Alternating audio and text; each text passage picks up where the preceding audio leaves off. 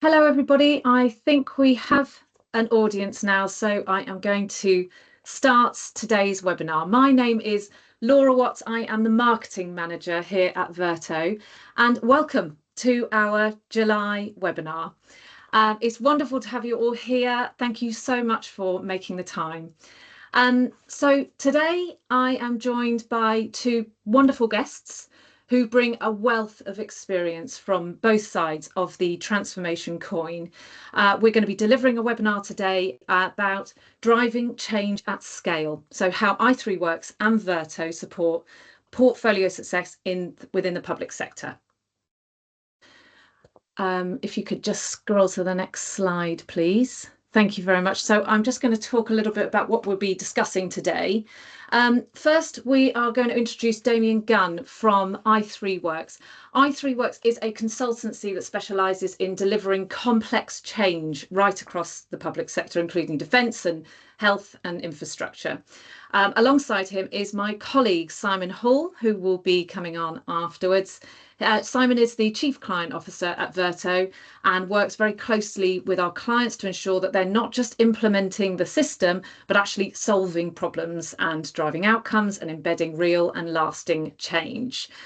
So for each one will present a little bit about how they operate within the PPM sector, what the challenges are they solve, and the impacts that they've gained for their clients. And then they're going to come together for a joint conversation about the benefits of our partnership and why it works and so on and so forth. But I don't want to give too much away at this stage. So without further ado, I will pass over to you, Damien. Thank you, Laura. And it's an absolute pleasure to join this webinar today. So I'm Damien Gunn. I'm from i3Works, as previously introduced. If we could just move to the next slide, please, Craig. I just want to spend a few minutes just to talk about i3Works as a whole and sort of a bit of the history. And then I'll go into where we offer our consultancy services in terms of delivery support for our public sector clients across the different areas, and give you some examples of the work we've done and sort of the feedback we've had. So i3Works is coming up for 11 years old now, and you'll see a few different logos on the screen just there. i3Works on the sort of the first sort of block, which is the starter company, shall we call it, and how we came about working with Verto. So we offer consultancy, like saying, to our defence historically, and now wider central government and NHS and infrastructure, like we said in the past. Clients we've had in terms of project management, programme management, portfolio management, the analysis and planning, and that project support as well that goes around it. And we'll probably come to talk about a bit more about that and how we interlink with Verto later on. A little bit about 5 or 6 years ago, we started a cybersecurity business called i3 Secure, and that offers information assurance support and cybersecurity, again, across the same sort of client base, and sort of dock in to the work that i3Works does as well, to offer sort of a more rounded sort of consultancy approach in the clients that we work with. And then more recently, over the last sort of year or so, we've started a sustainability business, i3 Net Zero, which is absolutely going great guns, and does again offer that additional support. So for those on the call, you'd probably be aware that the work that some of us do in consultancy will have your main element of your technical support in terms of your delivery and your project support, and there's always a social value or a sustainability element to it. So it's again providing that sort of bigger rounded picture in support of our clients. So across there, you'll see we've been sort of, like I say, over 10 to 11 years old across the group, and we've grown into about 150, 160 full-time employees working across the UK. We're scattered everywhere. A lot for our defence clients is down in the southwest, but we're also based out in London, but also scattered across the UK as well. So we do a lot of remote working as well as on-site working. So that will take us on to our sort of next slide, which I'll sort of cover our approach of how we do our sort of consultancy model. So we have, in terms of consultancy, we offer, I see it as two sort of areas of consultancy, which is the advisory, which we all know is like your big four, and they offer those sort of really high level C-suite type approach. We offer the other end of the scale, where we can offer some advisory, but we want to sit down with our customers, be side by side, be collaborative, and working as that sort of one team, whether that's on site, and whether we're as you know, as tactical as creating Gantt charts and supporting you know, risk registers and the tooling that's used, again, that we'll come on to later. But being part of that one team is really sort of something that's dear to us. We almost, the term is, you know, you wear the same lanyard as you walk in the door, and be part of that one team approach. And that's what really sort of attracted us to Verto as well, and that sort of collaborative work that we're looking to do. The services that we offer, we don't just want to have the exact sort of cookie cutter approach. It's good to have a templated approach and a methodology that we use, absolutely. But we do tend to, you know, have that sort of 80% solution, but you have to tailor it each time when you're working with your customers. So we're really sort of keen to bring not only the experience that we've had from previous customers, but also build on what we've learned previously and take that best practice into our new customers as well. And it's having that sort of open approach and being able to sort of learn as we go, and you know, whether we transfer that knowledge to our customers, whether we upskill our customers. So the idea is, weirdly, we're in the business of putting ourselves out of business on that particular, you know, engagement, because we want to help the customer to become self-sufficient. They get the best practices from us. We give them confidence in what they're doing. We support the tooling use that again, that we'll come on to, and then together with that sort of wrap, that the knowledge that they gain and the approach and the process and the tooling all comes together as a big sort of solution. And then we're very proud to sort of walk away, and we know that they're sort of in good hands going forward. So what I'll do is as we go to the next slide, I'll just give a sort of an example of how that's happened in the past. So I've talked about, we've got working in defence, and traditionally, sort of in the earlier days, we were about 80% operating in defence. We're about sort of 50-50 now. But we've got this sort of reputation in Defence Digital. For those that know, Defence Digital is the function within Strategic Command, or it's slightly going to change in the future into the NAD.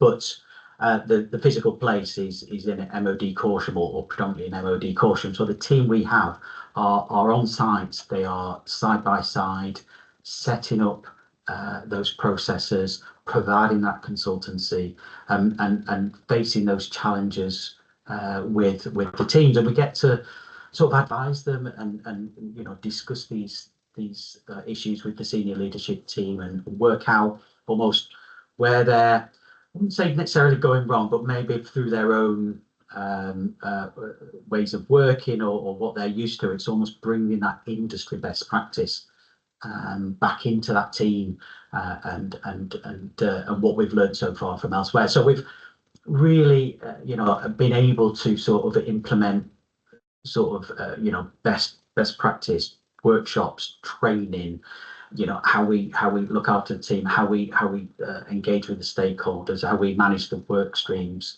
and over time, through the people that we use and the processes that we bring into this, we've really sort of been able to make that difference. And ultimately, as taxpayers, we want those savings to be made. So it's really good, and it's a really good feeling. You can walk away knowing those savings have been made, and then it's going to carry on in the future. So having that strategic impact, knowing that what we provided, you know, they can make informed decisions, they can have improve their performance management, and be consistent across the sort of the KPIs, the key performance indicators, being able to manage their PMO. So it's a nice feeling walking away. And as a result of that, i3Works has sort of gained quite a nice reputation in Defence Digital. And remember, I said on the previous slide about this cookie cutter approach. It's almost like that templated approach is it's almost like a unique selling point, really, and it's the way they want to take it forward. So it's about taking that best practice around, and it's almost like you can walk around the building and it's like, yes, can I do it as well, and can you help us, and can you help us? And it's a really lovely feeling. And it sort of feels, dare I say, like family, that you can walk in and it's, you become friends, they trust you, you're not some big overlord business. It's the same people that live down the street. And as a background, just to let you know, I'm ex-military, and I worked in the building as a customer. So to go from customer to supplier, it's really interesting to see. And as a taxpayer, you still want to make sure that everything's done properly and you're making those savings. So yeah, no, it's really good. So in terms of sort of way we see our challenges and what we've done, if we sort of take a look at the next slide, it's sort of hopefully no real surprises to what we're seeing in our current clients, what their challenges are, and then how we can help. So I'm not going to read verbatim there, but I think I've probably covered about whether there's resource caps. Again, we all know that we're working with fantastic customers who are the crown servants, and unfortunately they're restricted, just like the industry is restricted by budget cuts, and they're being overstretched, and it's hard for them to recruit for these roles, specialist roles. So they bring in sort of our short-term sort of project-based people that we can almost drop from one PMO or into another, and it's almost within the same building or in the office, down the way. And to some extent, we've even made it where we've offered outcome-based sort of approaches, where it's almost like, well, we just provide PMO as a service, and we take that, and so the movement of our staff around, and we can fill those sort of any disruptions or absences or losses of headcount that the client has. So, and it's the clients may have headcount elsewhere, but it's about that availability of that suitably qualified and experienced people that have that sort of domain and market knowledge, which we bring. And it's they know they're not going to dare I talk about money, again, as a taxpayer, do they want to recruit and have someone that pension contributions for 20 years, or do they want to bring us consultancy that just does this for sort of a few weeks or a few months? So it's about sort of plugging those gaps for them. Maturing their processes is an absolute sort of big thing, and again, our customers don't know what they don't know, so it's no fault of their own. So it's about bringing sort of that consistency in sort of the governance that they do, the reporting they do, the tooling they use, which we'll obviously come on to again. And it's about, in my mind's eye, I always see this sort of triangle of the people, process, and tooling that we use in any type of approach that we use. And so long as we get those three things right, we're probably onto a winning sort of solution.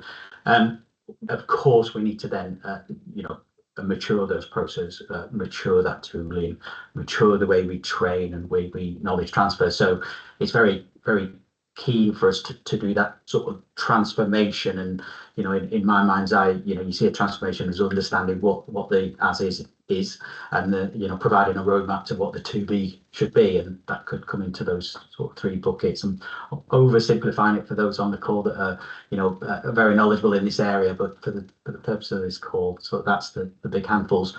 And I think I've covered the sort of that short-term expertise, and and where the in-house team sort of lack the knowledge, and just bring that sort of, like say, that capability and that approach that we've done before. So it's been a working pattern. It still is a working pattern for us, and we're taking that pattern outside of defence, and we're offering that into our central government customers as well, and wider public sector and health if as the time comes on. So no, it's been a good approach.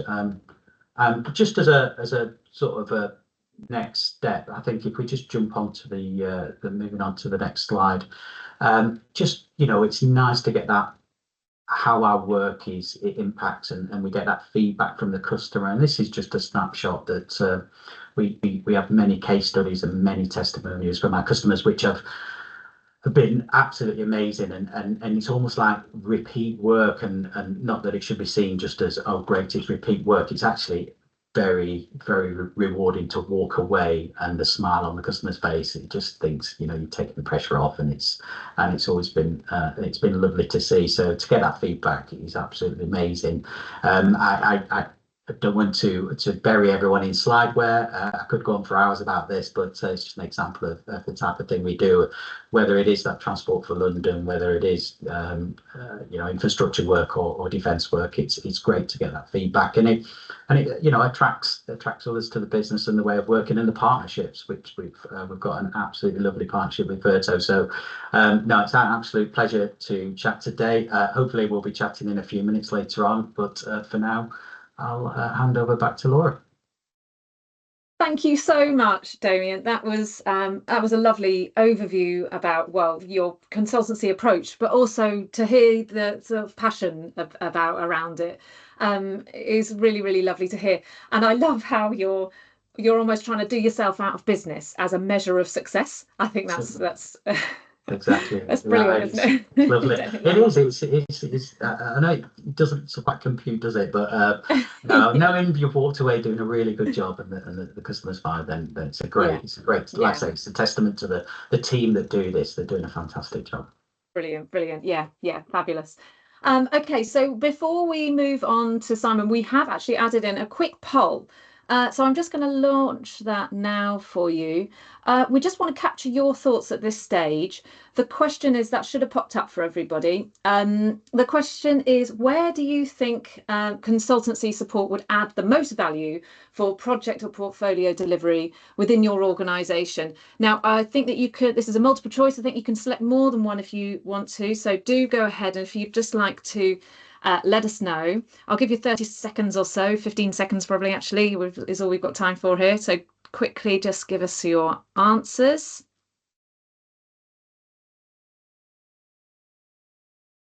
Right, okay, I'm going to submit that and see what we've got. Sorry if that was a bit quick for everybody. Right, okay, so we've actually got a nice, some more coming in. We've got well, the highest one is driving process improvements and standardization, which is interesting. It's very interesting. We were having this conversation yesterday on the warm-up prep for this call, for this webinar, about how we are going to be coming to you today from a very people and a very technology side of things, but there is of course the process element that really does create the synergy between to drive things forward ultimately.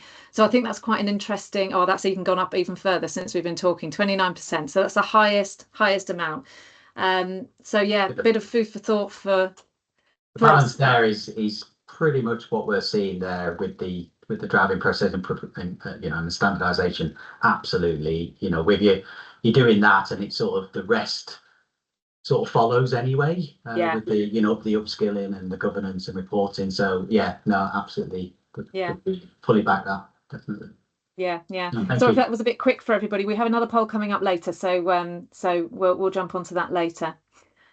Right, I'm now going to bring on Simon. We're going to shift our focus to have a little look about how Verto complements the work that Damien does through the system and the structures that Verto supplies to support long-term change. So without further ado, over to you, Simon. Thanks, Laura. Thanks everyone for joining. So I'll just talk a little bit about us as a company and where we've come from. We've been around, I can't remember now, about 18 years, something like that. I've been here about 15, feels like a very long time, but we continue to innovate and move forward. So if you just go on to the next slide, Craig, we'll just explain what we're here for. So why does Verto exist? So essentially to help public sector organisations deliver better outcomes. So we've always existed in a world where all of our clients have to do more with less. I don't know when that's changing, if it's ever going to change, but ultimately that's the world that we find ourselves in. And in order to do that, people need to standardize, they need to plan, they need to work out what they're actually doing. And as a software provider, that's a really key thing for us. It's essentially, how are you going to know what you're doing unless you've got everything in one place and you can work through it? So the second one on there is all about reducing complexity, because sometimes people think, well, if I'm tracking everything in software, isn't that harder? But what we're trying to do all the way through it is build standardization, build repeatable, things that you can learn from, and you just get better and better and make good decisions. And that last one on there, help organizations spend less time chasing updates and actually like making the change. So one of our key principles is we don't want smart people spending all their time building PowerPoint decks and moving data from one place to another. We want them to spend the time analyzing the data that exists for them. So that's kind of what we build, and we go through it. So that is what that is about. So if we just jump on to the next slide, we'll go through a little bit more about what the technology actually does. So I'm not going to show you the tool today. Plenty of information on our website, and we'll be happy to arrange demos whenever. But as today's more about discussing, change and the synergy and all that sort of stuff, we're just going to go through the people side of it. So essentially what we can do with the system, if I just go through each one of these, so clarity across portfolios. So important to know that Verto is not just project management. It's project management built into portfolios, built into programs. You can build as much as you want, as different structures as you need to. And the idea, as I've just said, is you're getting a central point of information that you can trust that data and you know exactly what's going on. We're trying to move away from silos and just say, okay, here's what we're spending, here's what we're saving, these are projects that are working, these are projects that need help, and then you can start making really good decisions based on that. Now, consistency in ways of working, this just came up in the poll just now, really important thing for us. Sometimes we go and engage with a client and say, what is your process? And they can't really tell us.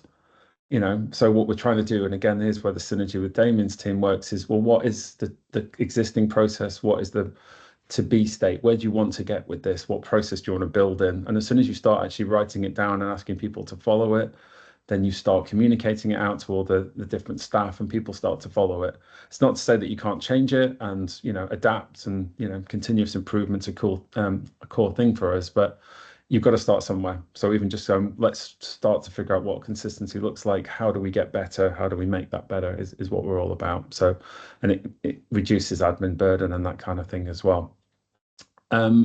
Collaboration, really important for us.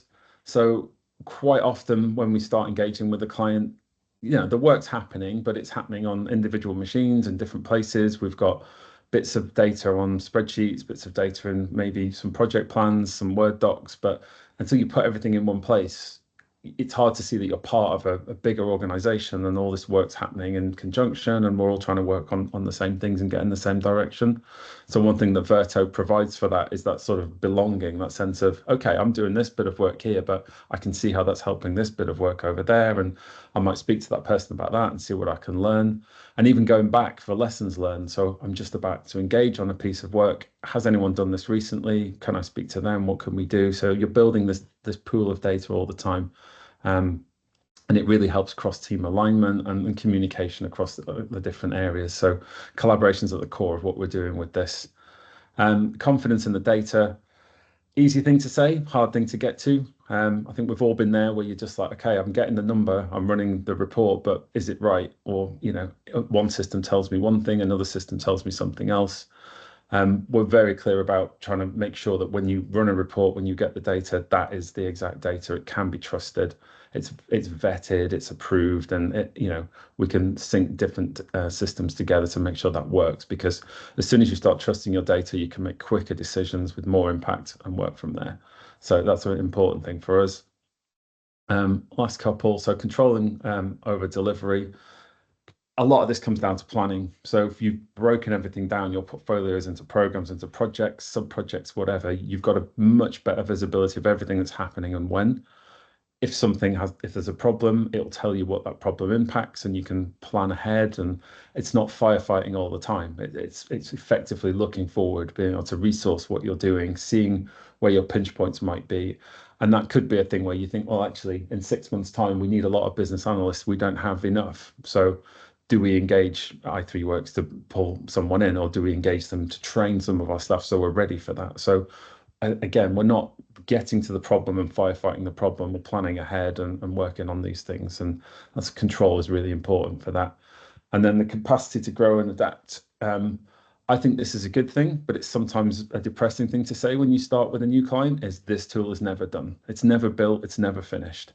But what we mean by that is it might be perfect for you this year, but organization might change next year, your strategic objectives might change. So you need a tool that you can work with and adapt with you and change as you need to. So you're learning that stuff through as we go. So I think that's a really important thing, is it's not okay, for us now, this is fine, but what about next year, the year after, the year after that? So one of the key things we do as an organization is look at your strategic objectives for the first year, second year, third year, work with you to achieve them. So we're keeping you accountable for what you're doing, and we're helping you get there. So I probably should have led with this, but one of the things that we're all about, very, very similar to Damien and his i3Works colleagues, is we're people behind the software. We're not just a tool that you put in and we see you later. You're building a partnership with us, and we want to see it come through. So yes, you have to bring stuff to the party, you have to put the work in, but we are doing that every step of the way with you. So we can look at those first year objectives, hopefully nail them all. What's year 2? What's year 3? What's next? So we're making sure that the software is doing what it needs to do for you.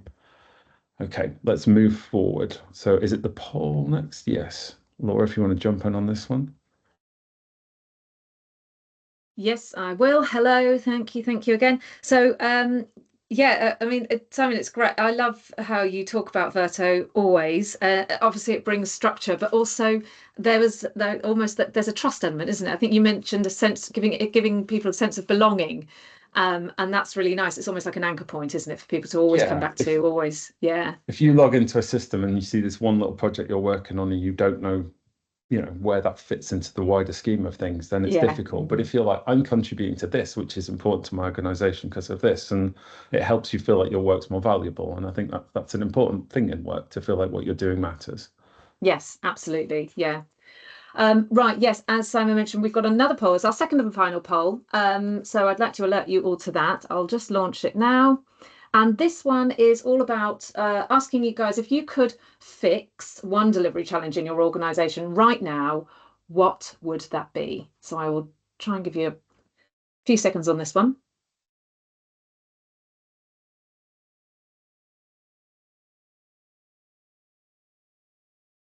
Right, hope you've all had a quick chance to read through those. Let's see what the results are now. Okay, we have better aligned projects with the strategy. So that's interesting. Another quite a high one was improve PMO processes and consistency. So that processes one comes up again. Those two are, yes, remaining the highest. A little bit of need for speeding up decision sessions with better data. But yeah, definitely the two front runners are better aligning projects with the strategy, very important, and improving those processes. Yeah, so that's quite interesting. Right.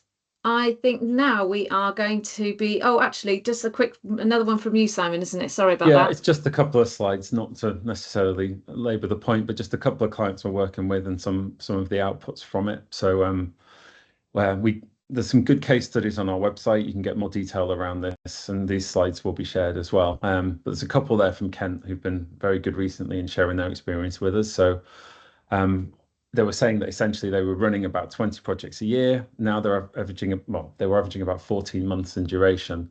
But what Verto's allowed them to do is sort of cull projects that weren't working as well. They're spending sort of more time and more focus on the right projects and not just running everything. So they've managed to cut down the amount of projects they're doing. And also they've saved about 9K per project.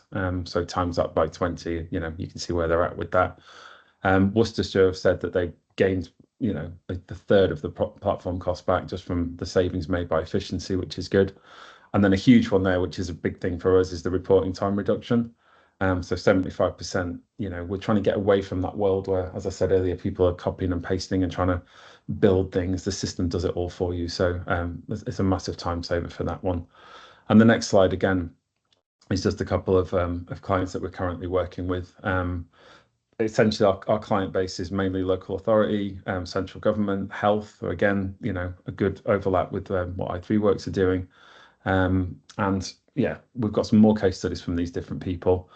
They're all in different states of flux. A lot of them are facing the challenges that most businesses seem to be, which is you have to do a lot more with less, and money's really scarce. But we've seen from some of these, I'm not going to name them by I'm not calling them out on the thing, but like there is essentially a point where, it's not can they afford to have a system and can they afford to run it, but can they afford not to, essentially, because they need to track what they're doing and make the best of all the project work and all the resources they're doing, and they have to have that rigor and that governance to make it all work properly. So there's just a list on there, but encourage you to go to the website to find out more.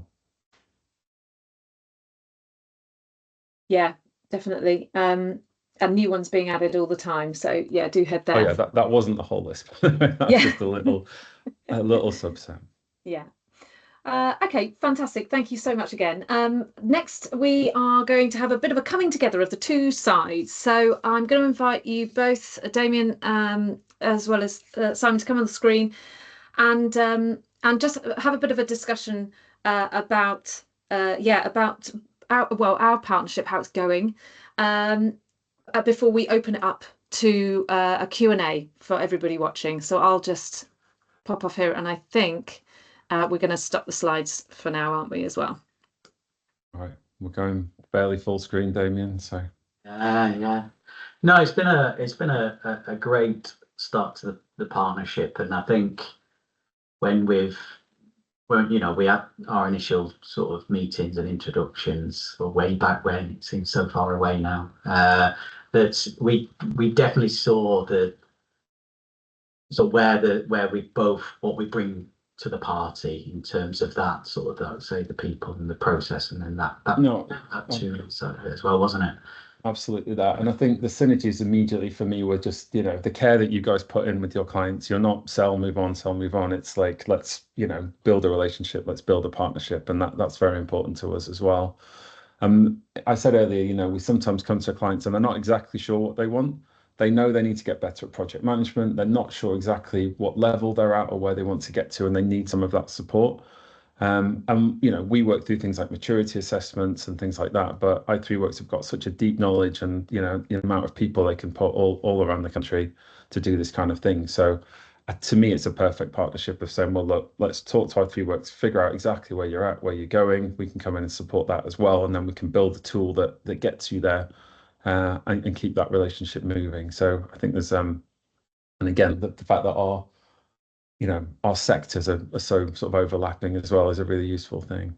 It's interesting what you said earlier as well, though, and we see the same, where you'd walk into a client and you can tell they're screaming for help, not literally, but screaming for help, but sometimes, and you feel for them because you really want to do a good job, but they're restricted by, say, funding. But it's, really interesting what you said earlier about, it's not a case of can they afford to do this. It's almost like, what's the impact, and can they afford not to do it because of what would happen? And you almost, sometimes I'm like, I'll just come in on the weekends and help you. I know, we're all businesses that you have to run, but from that passion to help and to want to do the right thing. So it's and that's what we saw in Verto as well. It's like you've got that passion to help, rather than just saying, oh, this is good for us. And that, I've never heard that once in anyone in Verto, which is really, really good to hear. No, it's the same thing. And yeah, I'm not quite there on my weekends, to be honest. I do I do value them, but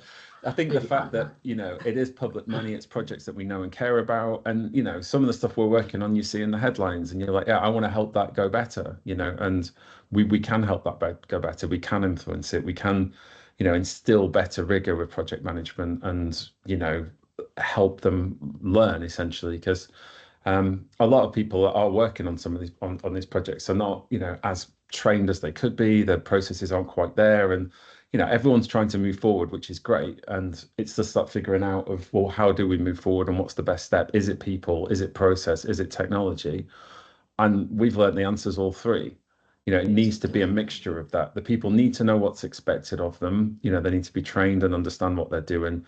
The change needs to be managed. They need to be communicated with. They need to understand what's going on, and all that needs to be there. And then it needs to be underpinned by technology, so you can, see that it's being tracked, make sure it's working, look back. And dare I say that transformation journey that you've just mentioned, all the sort of component parts about, communicating and ways of working, and it's that taking them on the journey, isn't it? And know that they're not just, I think you alluded to earlier, that you said you don't just drop the software and walk away. There's people behind the business that it's you are going to, we call it floor walking. You walk the halls or the floors and be that sort of on standby or on ready to support as and when you can. So it's being present and not just creating a process for the sake, because the process is the process. It's taking the customer on the journey with you, with the process, with us as the people, and yourselves with the solution and the technology. Absolutely that.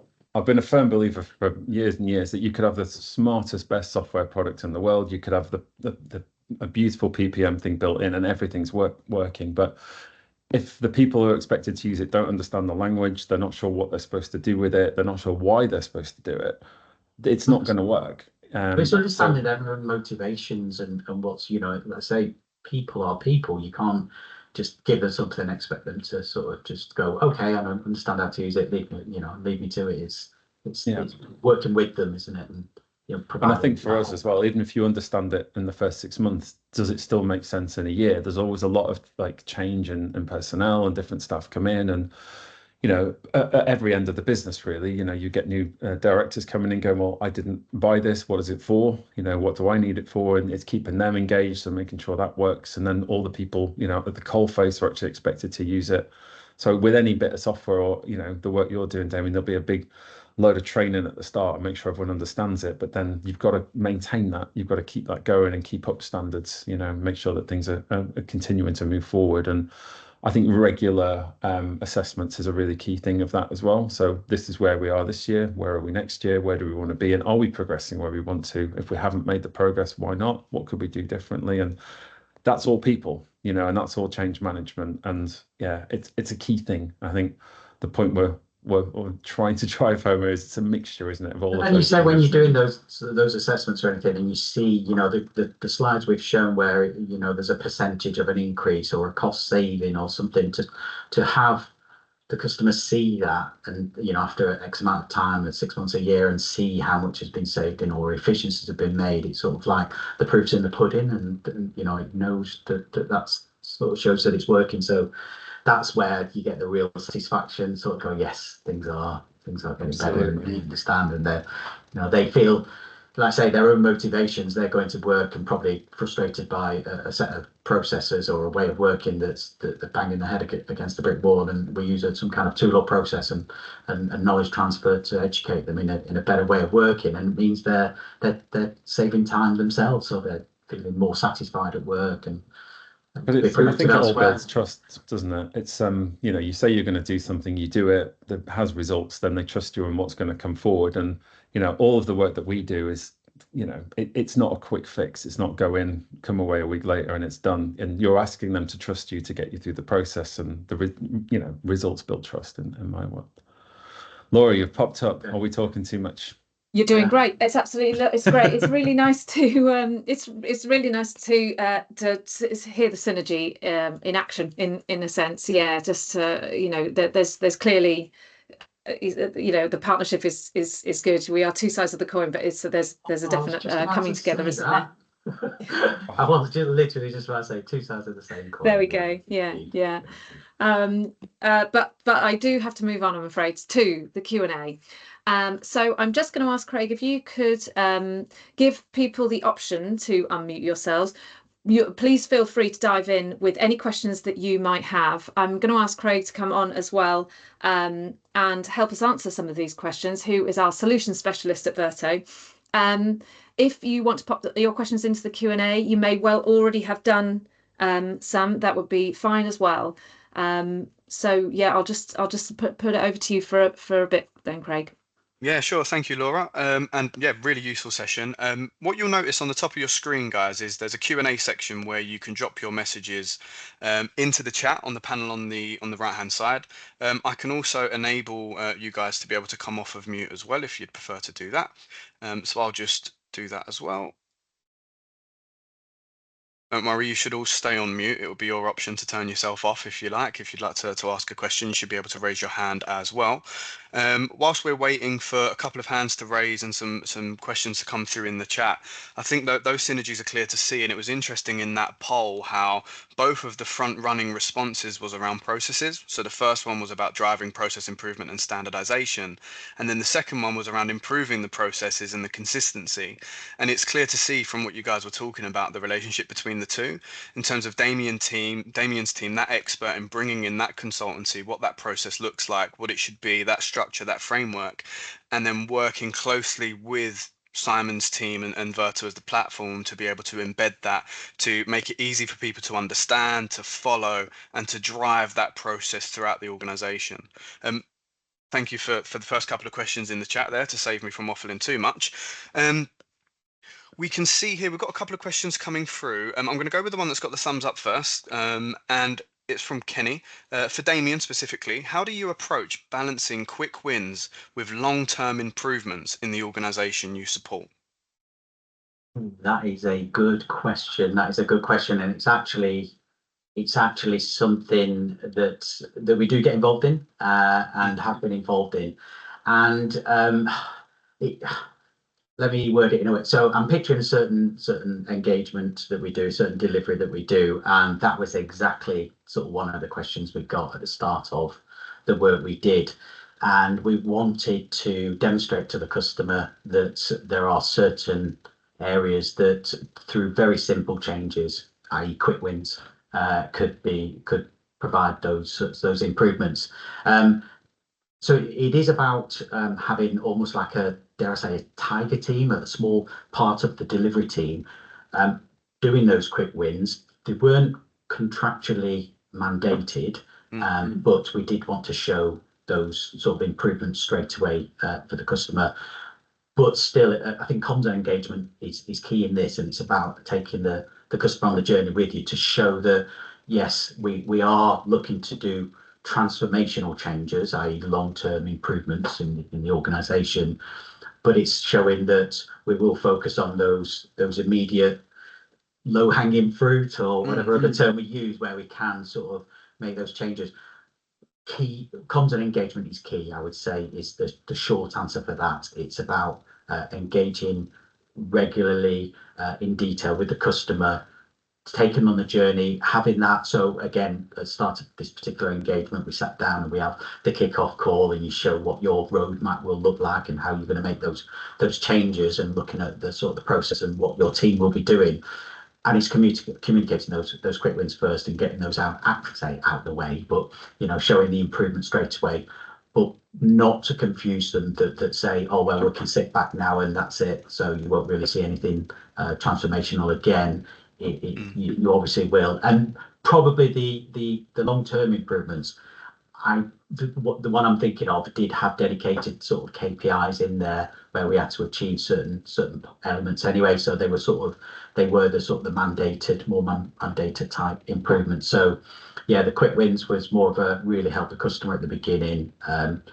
Focus on that, communicate well, and then work on the rest of the engagement with the customer. Hope that answers the question okay.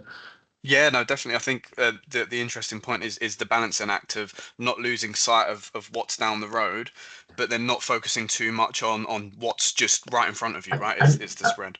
And one thing that I will cover is, again, sounds a cheesy consultancy line here, that and the benefit of an SME and the benefit of having this sort of relationship and flexibility and collaboration is, you don't suddenly say, oh well, let's get the contract out again because you need some quick wins, and that wasn't in the requirements document, or saying the requirement. So no, we don't work that way. It's not the approach we want to take. So it's about helping the customer achieve what they can quick, and then focus on the longer term goals. Definitely well said. I can see one that's just come through that I'll pass over to Simon Hall about how can we best use Verto to ensure benefits realization is thought of at the beginning of transformation projects and be monitored all the way through. Essentially, it's about the planning of any sort of project. So you can do this for transformation or any other kind of project, but essentially I would run a pre-live set of stages. So I would have an outline business case, a full business case, and in that needs to be the clear defined benefits of running this project. So it's not just, you know, the costs and the risks and all of that stuff. And benefits management and benefits realization is such a key part of project management. But a lot of our clients kind of get there later. They're like, well, we know what we've got to spend, we know what we've got to do, and they're focused on the tasks, but they're less focused on the benefits out the other end. So essentially, unless you've got a well-defined and agreed set of benefits, that wouldn't get approved. Therefore, you wouldn't start the project. You just keep bouncing it back to get it through that particular phase. And I feel like benefits, it's part of highlight reporting. It's part of, you know, you want to be realizing benefits potentially throughout the even running of the project. And not just get too project manager about it, but what, you know, you're at the start of it, you're saying these are the benefits we're going to realize. As and when you realize them, you are recording that. If any you're looking like you're not going to realize, that's also part of the, you know, the highlight reporting and keeping an eye on it. And again, lessons learned.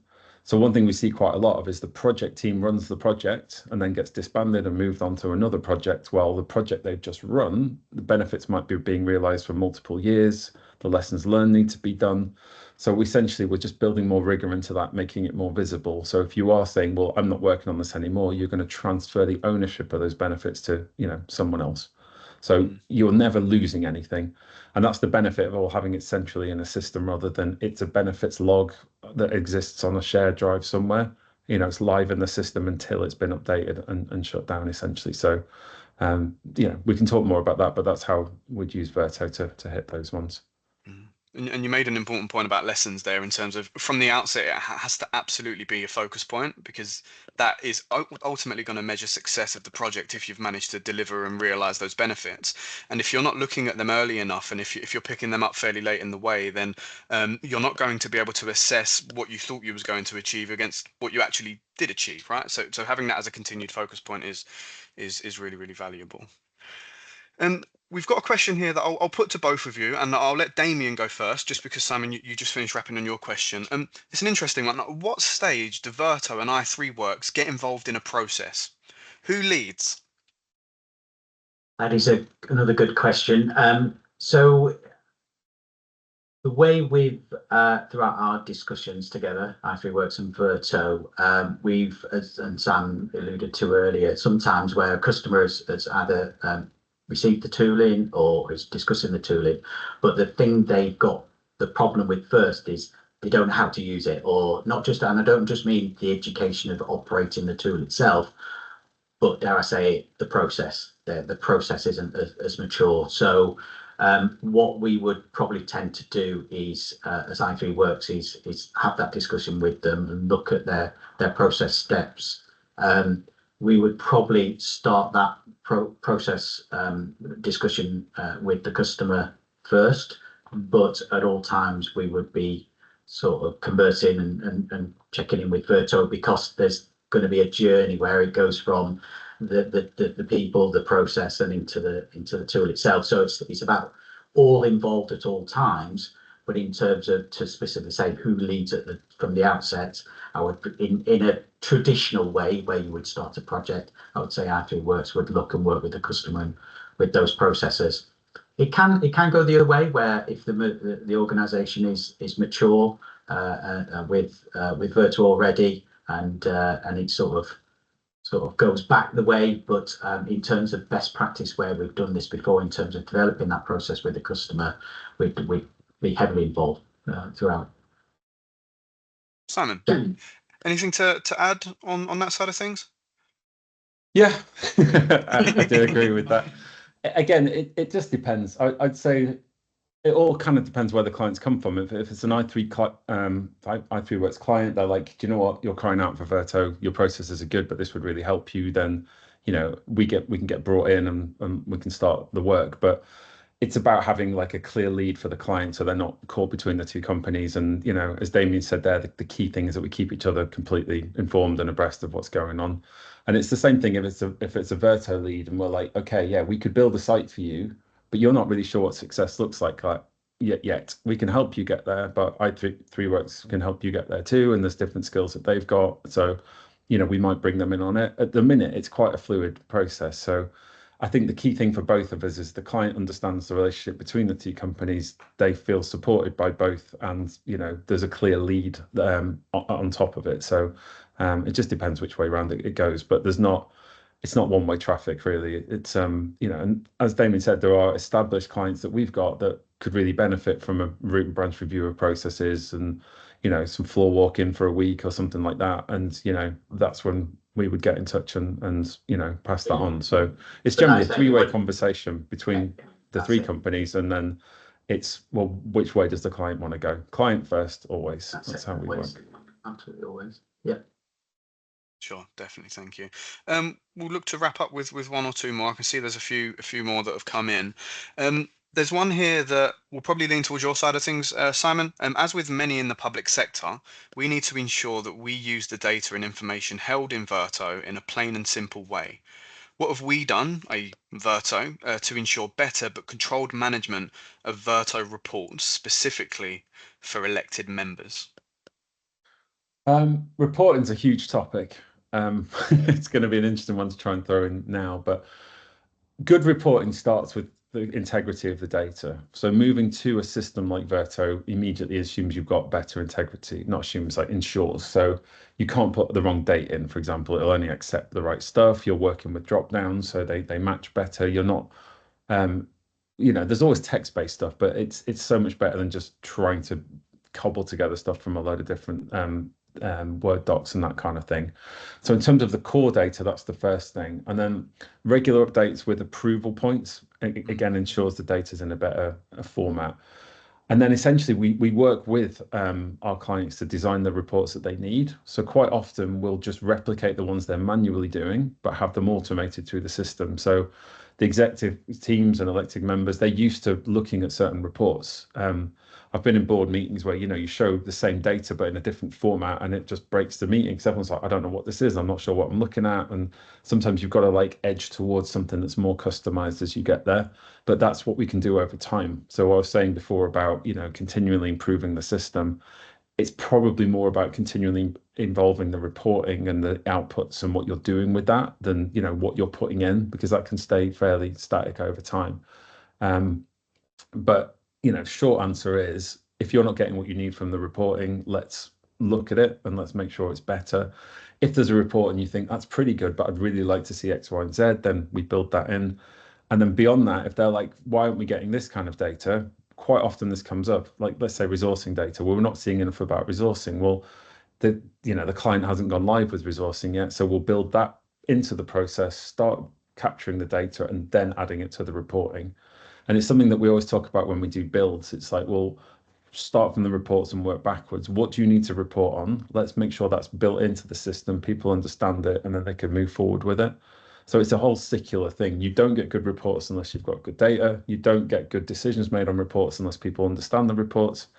And you need to constantly drive that and keep it moving there. I've said it a couple of times in the webinar that the reports might be bang on for now, but they might be out of date in a year. So we've got to keep looking at them, keep making sure they're working, which ones are being run, but just always questioning them. Don't get used to what's there. If we've all seen those reports where you're like, if I just had that extra bit of data, this would be amazing. So ask for it, push it, and we can go with it. And there's plenty of different ways of getting the data out of our system as well. Exactly, and it gives you that structure and that controlled approach, and even the opportunity to automate that reporting process for organisations and groups like the elected members. We're coming up to time, so we'll wrap with one final question, and this question's normally on the top of mind for a lot of people. Have you used AI to benefit the process, and if so, how and when? So I'll probably open this up to both from a general perspective, from an AI's involvement and relationship with the work that you do. Should have chosen someone to lead. I was just guessing, Damien. So it's your turn. So we, as an organisation, we do have an AI strategy. We have an AI process, and we do have discussed the use of AI with our customers. Because our customers are public sector customers, they have their own AI strategy, AI process, and compliance documentation. So we can use it. We have worked with our customers in the use of it, but it's fairly limited due to the nature of open source AI, I'd say, in terms of our, say, defence clients. So probably not going to open source on things. So it's used in a limited way, but not to the full potential that it could be. I think we're still certainly with our public sector clients, in the early days of use of AI confidently to benefit processes. So where we look at processes at the minute, they are sort of air gapped on a mod system, in a sort of mod processes or central government system, central government processes, and not so widely sort of used. So we're using that I'd say that approach where we've done it before. I was about to say cookie cutter, but not the complete cookie cutter, and you tweak it each time depending on the customer. So we haven't just thrown a process into an AI tool and press go and then see what it throws out now. So as you can tell, fairly immature in the use of AI with our customers, but yes, it is starting to be used. Sure. For us, yeah, we're really aware that AI is here. It's going to be everywhere. And to back up what Damien said, we're in an interesting place where all of our clients, the individuals, want to use it, but there's some hesitancy about, well, where does the data go? Is it secure? All of that kind of thing. So where we do see it, there's a little bit of Copilot being used, but not really. And it's all quite limited. But we've been working really hard this year and last to be a sort of ahead of the curve on AI. So there is AI stuff in there right now. We've got a couple of really interesting tools. One we've got where AI can do data imports. So it can look at varying spreadsheets and go, I know what this is. I know how to map the data. Or it'll suggest the correct mapping, and we always have a human that will sort of attest to it and say that's correct. But that saves masses of time for people onboarding into Verto and moving logs into it and that kind of thing. We've got a really good AI that works through all the knowledge base and all of the data that comes from that. At the end of this month, there's going to be 2 new bits of AI implemented. One we're calling Data Insights, which is where you can ask the system, okay, I've made this risk or I've made this project, the status of amber. Do you agree? And it'll look through the fields that you've selected and then come back to you and say, well, look, based on what I've got here, I think there are some outstanding milestones. I think this risk is too much. So I think, it's probably red rather than amber, and you can choose to take that on. So our AI policy is it should always be a tool. So instead of it just updating the data and changing things for you, it suggests, it helps, it talks to you, and then you can decide what you want to do with that information. And the most exciting part of AI that we're putting together, it's as yet unnamed, but essentially you will have team members that are experts in certain fields. So you'd have a risk expert, a finance expert, and you can ask them, what should I be doing? What should I be doing on this and that? But the key thing for us is that it's a closed model. So none of the data that you're putting into that goes out into the web. It doesn't train any other models. You essentially have at the start of the engagement, your model's locked down, so it only knows your stuff and it doesn't go anywhere else. So what that's really helping or designed to help is potentially immature project managers or people that just need that extra bit of support, or the classic do more with less. I don't have a massive team to ask, but I can leverage AI to do that.